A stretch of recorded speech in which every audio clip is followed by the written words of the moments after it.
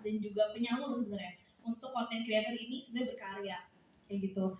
Mungkin kalau misalnya kita bilang perkembangan teknologi itu mungkin erat juga sih dengan perkembangan platform kali ya.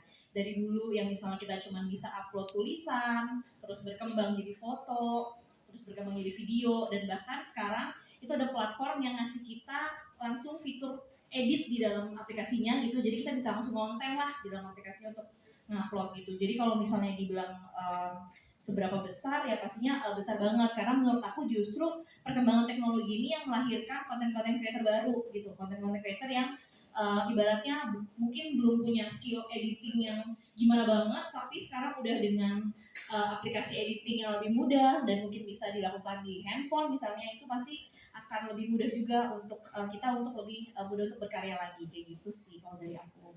Contohnya mungkin kayak aplikasi CapCut kali ya kalau di Iya, kalau di HP iPhone. bisa kayak CapCut gitu. Terus bisa juga ada VN namanya, itu juga bisa. Gitu. Jadi mungkin kalau yang mau coba nih teman-teman bisa coba download VN sama CapCut kali ya gitu untuk coba edit-edit gitu. Karena itu udah gampang banget itu fiturnya kayak gitu sih. Oke, terima kasih Kak Elsa. Boleh dilanjut ke Kak Adeline? Tes, oke. Thank you Della. Halo pagi semuanya. Salam kenal, aku Adeline. Aku mungkin sharing sedikit juga ya background aku. Aku sekarang di Product Marketing Communication Analyst di Ajaib. Ini the first fintech unicorn in Indonesia and in Southeast Asia. Jadi basically mungkin aku juga mau cerita sharing juga karena my role juga sekarang lebih dari company ya. Jadi tadi menyambung juga pertanyaan dari Della, seberapa penting sih perkembangan teknologi dengan kerja content creator ya. Mungkin dengan kerjaan yang aku sekarang bukan yang benar-benar literally as content creator, tapi my daily activities juga membuat konten, dan yang pasti konten itu akan diterima oleh user. Nah ini menurut aku menarik banget sih. Perkembangan teknologi pasti berhubungan erat banget dan sangat relate juga dengan era masa kini yang pastinya era semua serba konten ya. Kayak anak sekarang banyak banget Gen Z pasti dikit-dikit sharing a day in my life gitu kan. Konten, apa-apa dikit-dikit konten. Kayak tadi baru masuk kita lihat gedung binus yang oke banget, karena foto dulu bisa masukin IG story gitu ya. Jadi memang menarik banget, makin kesini tuh tools juga macam-macam gitu. Ada tools dari editing video, kayak tadi yang Elsa udah sampaikan juga. Nggak hanya tulisan, sekarang tuh konten juga berbagai macam banget. Bisa video juga, bisa short video juga. Dan kebetulan kalau dari aku sendiri, aku megang channel communication itu ada email, in-app push notifications, dan juga WhatsApp. Itu juga menarik banget, ada teknologi juga macam-macam. Jadi ini bisa jadi challenge juga sih buat kita, gimana supaya kita bisa keep up the update juga yang lagi tren itu apa. Dan menurut aku ini penting banget, dan aku senang sih pasti invite ke sini juga. Ini tuh program yang menarik banget dan pastinya bakal prospektif ke depannya sih buat teman-teman calon mahasiswa gitu. Thank you. Thank you so much Kak Adeline. Boleh lanjut ke Kak Rafael, silakan. Ya sebelum mulai aku mau pantun dulu aja ya, biar santai ya. Oke, jalan-jalan ke Cisarua. Cakep. Jalannya naik sepeda ontel. Cakep. Selamat siang semua, nama saya Rafael. Keren sekali. Oke. Kalau konten-konten gini sebelumnya Kak Rafael boleh cerita dulu dong, sebelumnya itu jadi apa sih selama masih jadi mahasiswa ya di BINUS ya? Oke, jadi mau cerita dikit nih, sebelumnya itu aku mahasiswa itu aku daftar di Abang None Jakarta, khususnya di Jakarta Barat. Terus juga mahasiswa, aku juga aktif nih di organisasi, yaitu ada Himkom juga, dan juga aku ada aktif juga di asisten lab. Itu pokoknya ada nanti di sini juga ada asisten lab gitu, laboratory assistant. Dan sekarang aku bekerja di PT Kinerja Prima nih teman-teman. Jadi posisi aku itu sebagai content planner dan creator di Kinerja Prima. Yang belum tahu nih Kinerja itu biasanya yang tahu itu ibu-ibu bapak gitu yang tahu Kinerja, karena itu perusahaan udah lama banget, udah 57 tahun sampai hari ini. Perusahaan di bidang apa? Itu perusahaan di bidang material kunci dan jendela. Jadi ada handle pintu, ada digital door lock dan lain-lainnya. Nah, untuk membahas pertanyaan dari Kak Dela tadi nih, sebagai content creator, pasti kita sebagai generasi muda itu banyak banget yang mau menjadi seorang content creator, bener nggak? Bener ya. Jadi di sini juga tantangan nih untuk di perusahaan-perusahaan tertentu, salah satunya Kinerjaya. Kita memiliki produk handle pintu. gimana sih cara membuat konten yang bagus untuk handle pintu ini kayak gitu. Pasti semua perusahaan zaman sekarang itu udah punya semuanya content creator. Pasti semua perusahaan punya content creator karena bener tadi kata Kak Elsa, kata Kak Adel, kita sebagai era modern nih, kita pelaku perusahaan di era modern ini dan juga banyaknya Gen Z juga di sini. Jadi bagaimana cara si content creator itu menyampaikan apa yang ingin disampaikan oleh perusahaan. Karena zaman sekarang content creator itu seperti forefront perusahaan gitu, bagian terdepan di perusahaan. Jadi gimana cara perusahaan ini membangun sebuah brand image dan memancing brand awareness untuk perusahaan melalui content creator seperti itu, Kak Dila. Wow, keren banget. Jadi memang content creator ini sekarang banyak digunakan oleh perusahaan untuk menarik brand awareness ya. Jadi Betul. mostly apa-apa kalau misalnya perusahaan lagi launching apa, undangnya KOL gitu ya, Key KOL, Opinion Leader. Gitu. Oke, terima kasih Miss Maria.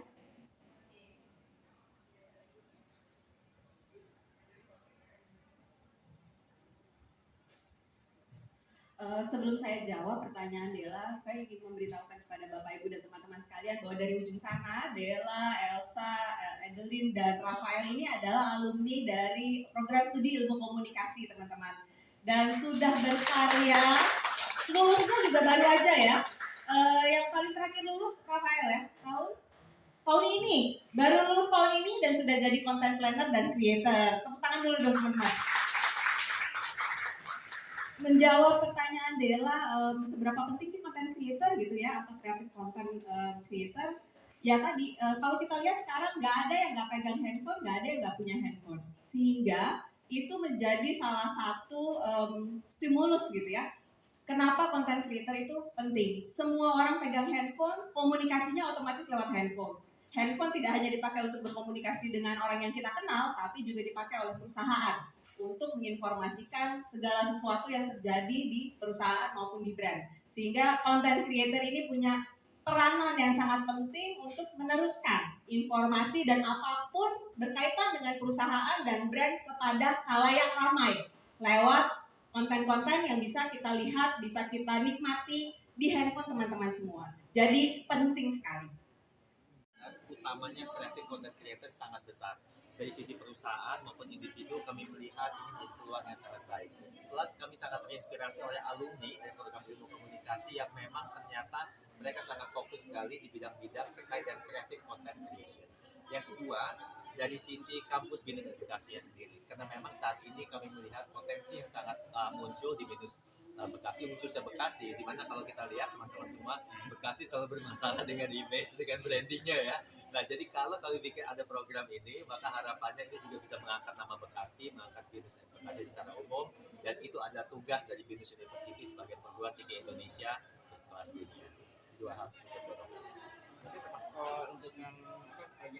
Untuk Creative Content Creator ini adalah sebuah program studi, sebuah program akademik di bawah program studi ilmu komunikasi. Jadi ketika mereka lulus, mereka akan bergerak sarjana ilmu komunikasi ketika mereka lulus nanti S1. Dan dorongan tadi seperti disampaikan juga, ini adalah ilmu yang praktikal, ilmu yang kemudian kita lihat sebagai peluang di dunia kerja sangat baik, sehingga harapannya ini bisa membantu mahasiswa untuk cuma kontennya nggak cuma secara baik saja, tetapi juga inspiring dan membantu secara perkembangan. Demikian.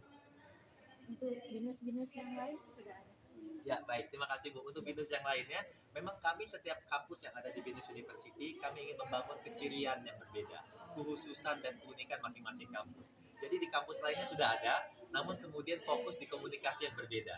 Jadi kalau misalnya di BINUS di Jakarta, di Kemanggisan dan Alam Sutra, fokusnya ke marketing communication and mass communication. Nah kalau di Bekasi, karena kita kental dengan nuansa bisnis dan riset teknologi, kita memunculkannya creative communication dengan luaran dan kemampuan alumni serta fokus yang juga berbeda. Jadi tujuannya itu. Jadi ada, tapi fokusnya menyesuaikan dengan kondisi yang ada di kampus tersebut. Ini akan berkolaborasi dengan sekolah-sekolah yang ada nggak sih? Baik, terima kasih Ibu. Jadi yang pertama, kalau kolaborasi dengan sekolah, memang ada suatu keharusan kami untuk membangun kekompakan dan keharusan dengan stakeholders yang ada di BINUS dan Bekasi. Jadi kolaborasinya ada, sebab mereka biasanya hadir ke sini seperti siang hari ini dalam bentuk workshop, dalam bentuk pelatihan. dalam bentuk misalnya kampus tour. Mereka biasanya hadir di sini kolaborasinya. Atau kadang mereka meminta pembicara untuk bagaimana membuat konten yang baik, konten yang bertanggung jawab, editing yang baik. Biasanya resources kami datang ke sana.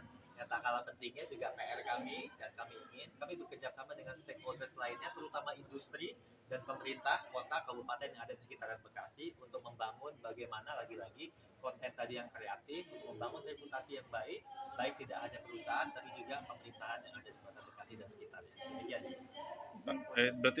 Berarti untuk akhirnya memutuskan launching program ini butuh riset berapa lama Pak untuk akhirnya memutuskan Terima kasih Pak, pertanyaan sangat menarik. Kalau dari riset kami lihat memang terutamanya kami lakukan riset terhadap lulusan dari prodi ilmu komunikasi tersebut. Riset yang kami lakukan ketika mereka sudah ada sejak tahun 2008, berarti sudah ada lulusan sekitar 2013. Jadi kalau dilihat selama 5-7 tahun terakhir kami melihat bagaimana perkembangan lulusan kami shiftingnya sangat menarik. Mereka berada di perusahaan ya, corporate, tapi kemudian fokusnya memegang social media planner, social media specialist, content creator, coordinator, dan seterusnya. Kami lihat, ini sesuatu yang sangat menarik yang ternyata memang dunia digital membuka perspektif baru dalam pengembangan profesi. Jadi riset ini kami lakukan dengan mengamati para alumni kami yang ada di perusahaan selain mendapat masukan dari perusahaan atau digital platform yang selama ini ada di dunia industri. Jadi kurang lebih seperti itu yang kami lakukan sehingga akhirnya kayaknya namanya kreatif, kayaknya namanya konten itu harus ada ilmunya supaya lulusan-lulusannya persis seperti yang ada kami miliki saat ini yang tadi sharing bersama kita semua. Strateginya Pak, kan ini sudah cetuskan strateginya BINUS untuk istilahnya mensukseskan program yang baru ini, apa strategi? Ya, terima kasih Pak. Jadi strategi kami ada 3. Yang pertama diangkat dari strategi programnya sendiri. Strategi dari berdasarkan program, yang kami angkat adalah keunggulan kreatif communication-nya. Komunikasi, ilmu komunikasi, tapi yang kreatif menggunakan platform yang baik, platform digital yang baik, supaya mereka bisa menjadi content creator yang baik bagi perusahaan maupun juga institusi lainnya di luar perusahaan. Jadi kita akan mengusung dari program. Kemudian dalam programnya juga kita ada model kurikulum dan model pembelajaran yang sangat menarik, cocok dengan Bekasi. Misalnya ada kita kreatif classroom, kemudian digital classroom. Kami juga nanti akan mendirikan di sini BINUS TV, perpanjangan dari ada di Jakarta, sehingga mereka bisa menyusun konten yang ada berdasarkan keunikan yang ada. Selain itu kami juga akan mengundang industri untuk memastikan mereka juga mengupdate pengetahuan yang ada terkait dengan program ini. Ini pada sisi program, kami akan angkat seperti itu strateginya. Yang kedua dari keunikan BINUS Bekasi sendiri, Bapak Ibu sekalian. Kalau dilihat, kampusnya berada di lokasi yang sangat strategis, kampusnya juga memiliki fasilitas yang sangat baik. Kami tadi ingin membuat sebuah kampus yang Bekasi, yang beken dan juga asyik. Dengan demikian mahasiswa mau datang ke sini. Terakhir, strategi yang baik adalah dari universitasnya sendiri. BINUS University sebagai perguruan tinggi Indonesia berkelas dunia, masuk ranking dunia, kami memiliki program akademik yang sangat unik. Salah satunya adalah wajib bagi mereka untuk belajar di luar kampus selama 1 tahun. Namanya program enrichment atau pengayaan. Bisa magang, bisa community development, bisa study abroad di luar negeri, bisa menjadi seorang entrepreneur, bisa melalui riset dan seterusnya. Jadi kami angkat dengan strategi tadi, kami ingin gaungkan dan informasikan bahwa ini ada program yang sangat menarik dari sisi program, kampus maupun universitas secara umum. Demikian Bapak. Izin untuk program Terima enterprise. kasih Bu, ini pertanyaan sangat menarik. Betul sekali Bu. Jadi semangat kami ingin menjadi sebuah ekosistem yang dekat dengan stakeholder kami. Betul sekali Bu. Yang kami lakukan adalah kita lihat potensi sekitaran pasar yang ada di Bekasi. Kami sadar sesuai dengan visi misi BINUS University tadi menjadi world class university yang fostering and empowering the nation, yang membina dan memberdayakan Nusantara, pintar dan peduli. Nah, kepedulian ini antara lain kami wujudkan dengan memberikan banyak pelatihan terhadap UMKM sekitar untuk melek digital, untuk melek bagaimana mereka menggunakan platform digital untuk melakukan transaksi bisnisnya sehingga menjadi maju, menjadi baik, dan kemudian bermanfaat bagi mereka memajukan transaksi bisnisnya. Nah, itu kami sudah ada, kami namanya Klinik UMKM, yang nanti kalau bisa dilihat ada di lantai 4 bersama dengan bisnis incubator kami yang secara rutin bagian dari pengabdian pada masyarakat dan para dosen untuk memberikan pelatihan utamanya kepada UMKM. Betul sekali. Ini Pak, free satu Semuanya free karena bagian dari pengabdian kepada masyarakat. Jadi ini kami lakukan secara rutin, klinik UMKM, mereka bisa hadir atau kami undang sesi khusus untuk memberikan pelatihan terkait dengan digitalisasi di sektor UMKM. Semuanya free. Dan biasanya kalau hadir ke sini kami sambut dan kami berikan banyak pelatihan yang bermanfaat bagi mereka. Betul sekali. Pak, satu lagi Pak, saya tertarik tadi kan program ini kan lebih spesifiknya untuk membuat satu proyek ya. Ya. mahasiswa diajak untuk membuat suatu proyek. Ya. Proyek seperti apa bisa dijelaskan Pak? Ya, terima kasih Pak. Betul sekali. Nah, jadi memang karena ketika kita belajar, karena memang tadi seperti disampaikan oleh Bu Marianggi ya, ilmunya real, prakteknya sangat banyak, sehingga yang baik dilakukan tidak hanya ujian, bisa mengerjakan ujian sitting exam di ruangan ujian, tetapi banyak kesuksesan ditentukan oleh proyek.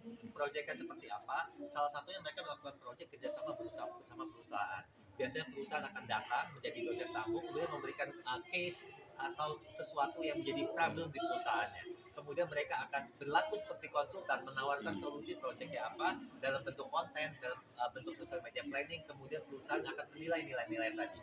Alternatif lainnya, biasanya proyeknya dimunculkan dengan memberikan case dari dosen dan bagaimana meningkatkan konten untuk meningkatkan kualitasnya. Naikin aja kontennya dalam berbagai sosial media yang ada dan kemudian kita tunggu responnya. Apakah mereka mendapat likes yang banyak, komen yang positif, engagement yang baik, dan seterusnya. Proyek ini kemudian dimunculkan.